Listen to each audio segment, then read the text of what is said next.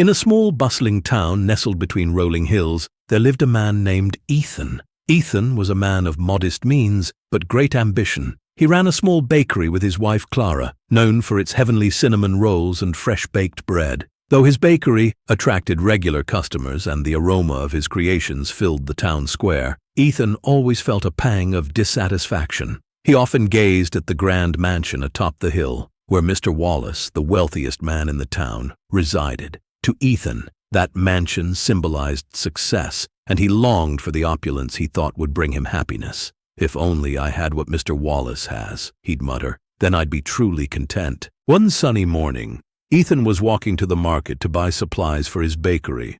On his way, he saw an elderly man named Ben, known for his radiant smile despite his worn clothes and modest home.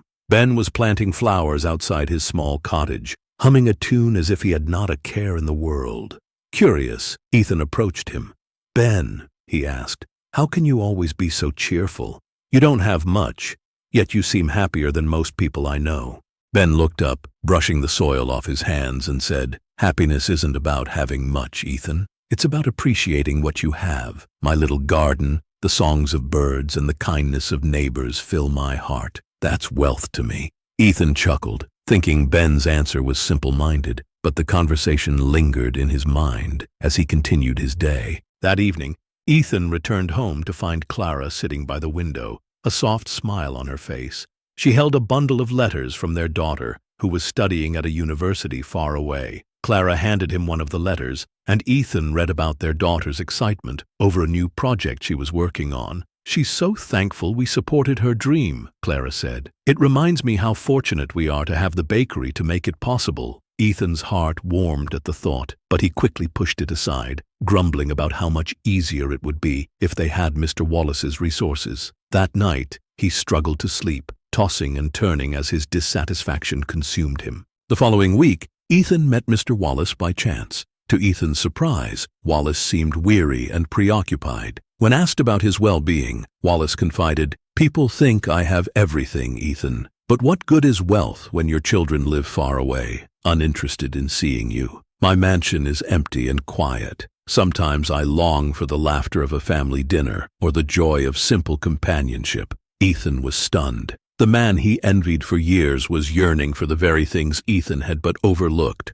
love, family, and connection. Determined to change, Ethan decided to try something new. Each evening, he and Clara wrote down 3 things they were grateful for that day. At first, it felt awkward and forced, but gradually, it became a cherished ritual. They began to notice the little joys, the smile of a satisfied customer, the beauty of the sunrise, and the laughter they shared while baking late at night. These moments, which Ethan once dismissed, now filled him with a profound sense of contentment. Ethan's newfound gratitude transformed not only his outlook, but also his bakery. He started offering free cinnamon rolls to the less fortunate every Friday, creating a buzz that brought even more customers to his shop. The bakery became a hub of warmth and generosity, where people came not just for bread, but for a sense of belonging. Ethan no longer envied Mr. Wallace. In fact, he invited him over for dinner one evening, offering the companionship Wallace had been missing. They forged an unlikely friendship, each finding solace in what the other offered. The moral of the story is, gratitude is a powerful lens that transforms how we see the world. When we focus on what we have instead of what we lack, we unlock a deeper sense of happiness and fulfillment. Ethan learned that true wealth isn't measured by material possessions, but by the richness of our experiences, relationships, and the joy of the present moment. Life becomes brighter when we pause to appreciate its simple blessings. So take a moment today to reflect on the good in your life, big